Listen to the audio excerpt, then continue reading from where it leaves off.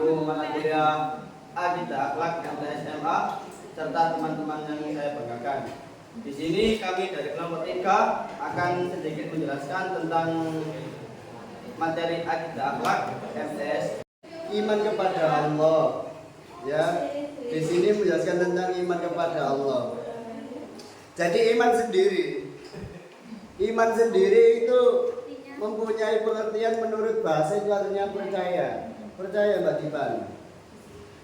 Dan menurut istilah iman adalah percaya dalam hati, diikrarkan dalam lisan dan diamalkan dengan apa?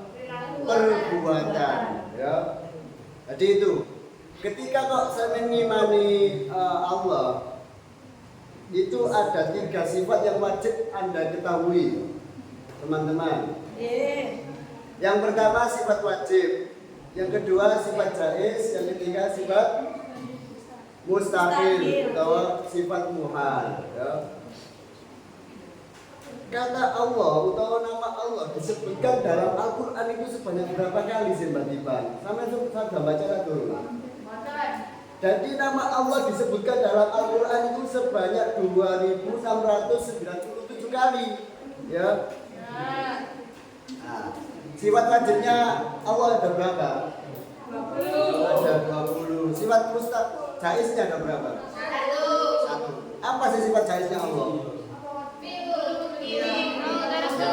Bilukulin mungkinin autar.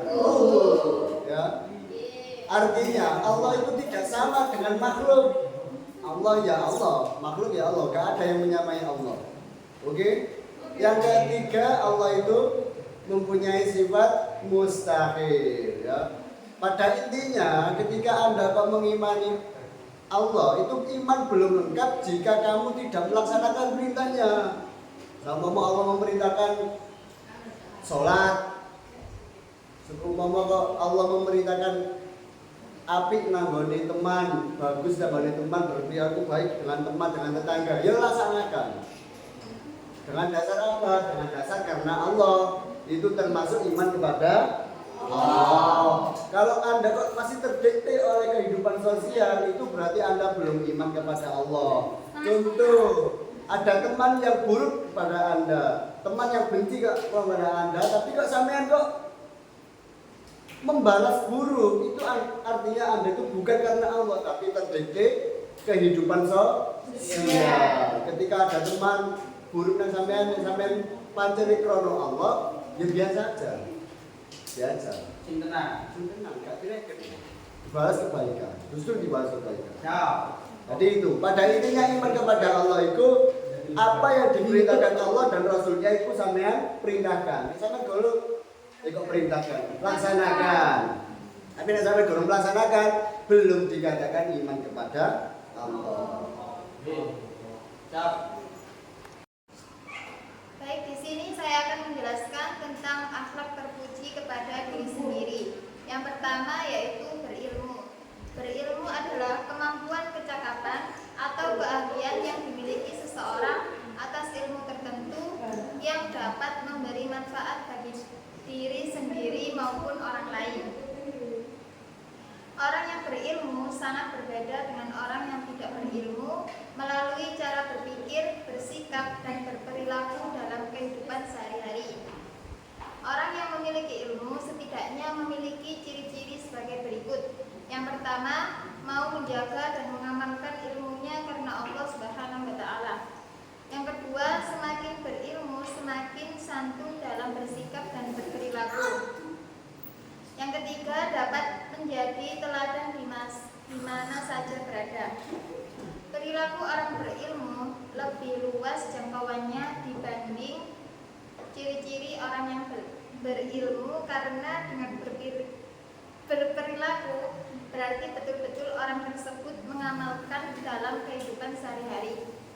Di antaranya tenang dalam berpikir, bersikap, dan berperilaku, suka kenyamanan, keamanan, dan ketertiban, selalu berwajah ceria dan lapang dada.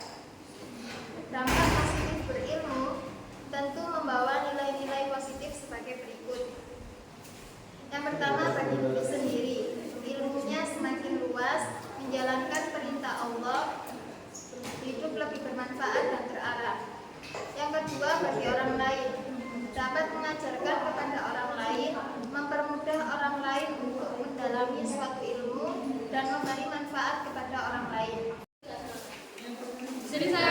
menjelaskan bab 3 adab terhadap saudara, teman, dan tetangga. Yang pertama, saya menjelaskan saudara adalah orang yang masih memiliki hubungan kerabat dengan kita. Kemudian teman adalah orang yang pernah bergaul dengan kita, ada di sekitar kita, dan sering bertemu dengan kita. Dan tetangga adalah orang yang rumahnya dekat dengan tempat tinggal kita. Adab bergaul dengan saudara, teman, dan tetangga hendaklah selalu dijaga. Teman dan tetangga hakikatnya saudara kita juga, apalagi tetangga yang rumahnya ada di sekitar rumah kita. Bentuk atau ciri-ciri adab kepada saudara, teman, dan tetangga. Yang pertama, menjalin silaturahmi antar saudara. Yang kedua, saling perhatian dan kasih sayang. Yang ketiga, menjaga nama baik keluarga. Yang keempat, menjauhi sifat permusuhan kepada saudara. Yang kelima, menjaga perasaan saudara. Bentuk atau ciri-ciri adab kepada teman. Yang pertama, menciptakan suasana aman dan nyaman dalam berteman. Yang kedua, suka membantu teman. Yang ketiga, membawa kebaikan dalam pergaulan. Yang keempat, menganggap teman sebagai satu tim, satu tujuan. Yang kelima, menanamkan sifat mengalah. Adapun bentuk atau ciri-ciri adab kepada tetangga, yang pertama, menerapkan 5S, yaitu sapa, salam, senyum, sopan, dan santun. Yang kedua, menjaga kerukunan dan keamanan.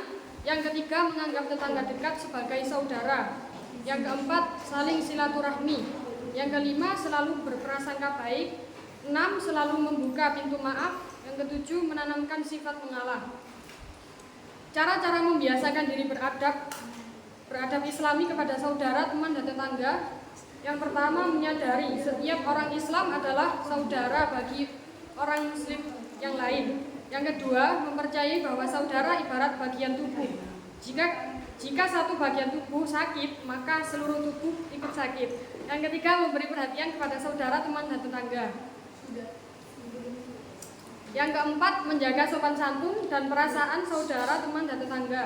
Yang kelima, menggali ilmu atau pengetahuan tentang pentingnya beradab kepada saudara, teman, dan tetangga. Yang keenam, suka membantu, terutama saat mereka membutuhkan. Yang ketujuh, saat-saat tertentu, jika ada rezeki lebih, bagi-bagi rezeki secara adil dan merata. Yang kedelapan, lebih banyak mengulurkan tangan kepada tetangga yang kurang mampu. Yang kesembilan, mengajak ke jalan Allah. Selanjutnya, kisah keteladanan sahabat Umar bin Khattab radhiyallahu anhu dan Sayyidah Aisyah radhiyallahu anha. Kisah keteladanan sahabat Umar bin Khattab radhiyallahu anhu, beliau dilahirkan dari suku Quraisy di Makkah dari seorang ibu bernama Utama binti Hashim. Nama lengkap beliau yaitu Umar bin Khattab bin Nufail bin Abdul Uzza bin Rabah bin Abdullah bin Rizza bin Abi bin Ka'ab, atau lebih dikenal dengan Umar bin Khattab. Pada tahun 608 Masehi, Umar bin Khattab masuk Islam di usia 27 tahun. Beliau salah seorang sahabat Nabi Muhammad yang juga adalah khalifah kedua Islam. Pada masa pemerintahan beliau, kemajuan Islam berkembang sangat pesat, disebut Futuhul Islamiyah karena banyak perjuangan beliau yang membuka kemajuan Islam. Yang kedua, kisah ketegasan dan keberanian Umar bin Khattab radhiyallahu anhu. Beliau memang sudah dikenal memiliki ketegasan dan keberanian yang luar biasa sejak muda atau sejak sebelum masuk Islam. Ketika beliau memeluk agama Islam, ketegasan dan keberaniannya digunakan untuk membela Islam dan Rasulullah Shallallahu Alaihi Wasallam. Beliau sangat berani apabila mendapat serangan dari orang-orang Quraisy. Keberanian Umar ditunjukkan ketika beliau dan kaum muslimin ingin hijrah dari Mekah ke Madinah. Saat itu semua umat muslim hijrah dengan sembunyi-sembunyi, tetapi Umar tidak. Beliau melakukannya dengan terang-terangan. Kisah keteladanan Sayyidah Aisyah radhiyallahu anha, beliau adalah putri sahabat Rasulullah Shallallahu Alaihi Wasallam, yaitu sahabat Abu Bakar As-Siddiq. Ibunya bernama Ummu Ruman binti Amir bin Uwaimir. Beliau sangat dekat dengan ayahnya. Sifat-sifat yang menonjol yang dimiliki Sayyidah Aisyah radhiyallahu anha antara lain cerdas dan cantik, suci dan taat beribadah, serta sangat mencintai Rasulullah.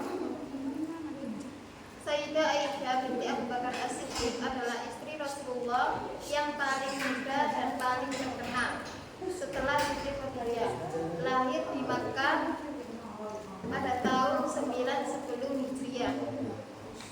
Sayyidah Aisyah radhiyallahu anha lahir setelah masa jahiliyah. Jadi beliau dilahirkan sudah dalam keadaan Islam karena kedua orang tuanya sudah Islam. Beliau dikenal sebagai Ummul Mukminin, ibunya orang-orang mukmin. Rasulullah Shallallahu Alaihi Wasallam beliau al-Humairah, yang artinya kemerah-merahan atau kulitnya putih dan pipinya kemerah-merahan, menandakan Sayyidah Aisyah atau Siti Aisyah sosok wanita yang cantik. Ternyata kecantikan Sayyidah Aisyah tidak sebatas wajahnya saja, tetapi cantik dalam perangai, sopan dan kecerdasan otaknya. Beliau dipilih Rasulullah sebagai seorang istri karena selain memiliki kelebihan dibanding wanita pada masa itu, beliau juga termasuk wanita yang ceritanya disucikan dalam Al-Quran. Sejarah menyebutkan Sayyidah Aisyah radhiyallahu anha wafat pada usia 85 tahun pada tanggal 27 Ramadan hari Senin. Oke, untuk materi selanjutnya kita akan lanjut ke bab 5 ya. Iya. Bab tentang qada dan qadar. Pengertian dari qada dan qadar. Secara bahasa, pengertian qada adalah ketetapan, ketentuan, keputusan, kehendak, hukum, pemberitahuan dan penciptaan. Secara istilah, qada adalah ketetapan, ketentuan dan keputusan Allah Subhanahu wa taala dari sejak zaman azali atas segala sesuatu yang berkaitan dengan iradah atau kehendaknya, baik itu kebaikan dan keburukan, hidup dan mati. Qada sebagai rencana Allah sejak zaman azali. Terus untuk perilaku beriman kepada qada dan qadar. Perilaku ini yaitu dicontohkan sebagai berikut, yaitu 1. Berusaha bersungguh-sungguh untuk mencapai keberhasilan atau ikhtiar. 2. Menyerahkan segala persoalan kepada Allah Subhanahu wa taala atau tawakal. 3. Selalu berterima kasih kepada Allah atau bersyukur. 4. Melaksanakan perintah Allah Subhanahu wa taala dan menjauhi larangannya atau takwa. Oke, lanjut kita akan lanjut ke bab 6, yaitu menghindari perilaku menyimpang dalam pergaulan remaja. Ayo didengarkan dulu ya, jangan rame anak-anak. Pengertian dan ciri-ciri remaja. Ada yang tahu pengertian dan ciri-ciri remaja? Enggak. Balik bisa. Terus kebanyakan ibu berusia 15 sampai 18 tahun. Lanjut wes. Ada pergaulan remaja menurut Islam. Ada 6, yaitu 1. Menjaga sopan santun. 2. Mengerti dan memahami. 3. Mengajak ke arah kebaikan. 4. Lapang dada dan suka membantu. 5. Berperilaku jujur dan adil. 6. Berlomba-lomba mencari ilmu. Terus untuk contoh-contoh perilaku menyimpang dalam pergaulan remaja, biasanya ini sering banget dialami oleh remaja-remaja nakal. 1. Minum minuman keras atau homer dan judi. 2. Pergaulan bebas antara lawan jenis atau pacaran. 3. Tawuran dan sebagainya.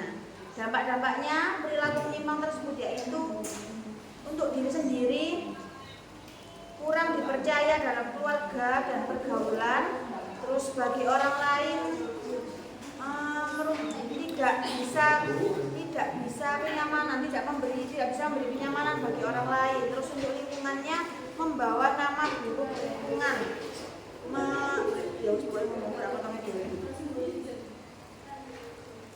Terus hikmah akhlak teruji dalam pergaulan remaja, yaitu 1. Dapat melaksanakan perintah Allah dan menjauhi larangannya. 2. Meneladani sifat Rasul yang memiliki akhlak mulia. Dan yang terakhir, hidup lebih tenang dan tentram. Selanjutnya saya akan menjelaskan tentang adab berjalan menurut agama Islam. Adapun adab berjalan menurut Islam sebagai berikut: tenang dan sopan. Artinya dalam berjalan maksudnya tidak jelalatan, pandangan mata ke sana kemari, pandangan mata ke depan dan mau melihat orang di depannya. Wajah tidak seram, gerakan tubuh tidak terlalu bebas, kaki melangkah tenang, gerakan tangan melambai teratur. 2. Badan lurus dan kepala sedikit menunduk. Jangan sampai dikatakan sombong karena kita berjalan dengan dada dibusungkan dan pandangan mata selalu ke atas. 3. Berjalan secara normal. Lebih baik berjalan agak cepat daripada berjalan lemah gemulai yang membuat orang lain berjalan di belakangnya tidak sabar menunggu. Sebisa mungkin tidak membuat masalah dalam berjalan. Adab berpakaian menurut agama Islam. Adab berpakaian menurut Islam sewajarnya berhubungan dengan budaya masing-masing suku dan bangsa. Bagi kita, bangsa Indonesia, adab berpakaian menurut Islam artinya adab berpakaian tidak melanggar ajaran sebagai berikut. 1. Menata niat berpakaian. Berniat berpakaian untuk melaksanakan perintah Allah Subhanahu wa taala, yaitu melindungi aurat dan menjaga kesehatan tubuh agar tidak mudah sakit. Berpakaian memenuhi syarat menutup aurat. Baik Islam laki-laki maupun Islam perempuan wajib menutup aurat dalam berpakaian jika dapat melihat oleh yang bukan muhrim, terutama bagi wanita. Jangan berpakaian ketat. Ya. Menutup aurat bukan tergantung satu model pakaian saja. Selama model itu tidak menyalahi ajaran agama, berarti masih memenuhi syarat menutup aurat. 3. Adab makan dan minum menurut Islam. 1. Sebelum makan dan minum membaca bismillah. Bismillahirrahmanirrahim. Menjaga kehalalan makanan dan minuman. Makan dan minum dengan duduk. Tidak boleh jongkok. Menggunakan tangan kanan. Makan dan minum tidak boleh berbicara. Tidak mencela makanan dan minuman. Makan mulai dari pinggir baru tengah. Tidak tengah baru ke pinggir. Hikmah beradab berjalan berpakaian, makanan dan minum. 1. Semakin mantap menjadi orang Islam, memperoleh kepuasan batin dalam menerapkan aktivitas sehari-hari yang kita butuhkan, semakin dapat meningkatkan ajaran Islam dan menjadikannya kebiasaan hidup. Semakin menjadi pribadi yang terarah dan teratur dalam bersikap dan berperilaku, dapat menjauhi sifat ceroboh. Terakhir, menjadikan hubungan sosial semakin nyaman dan damai. Itu saja yang bisa kami sampaikan, kurang lebihnya mohon maaf yang sebesar-besarnya. Wassalamualaikum warahmatullahi wabarakatuh.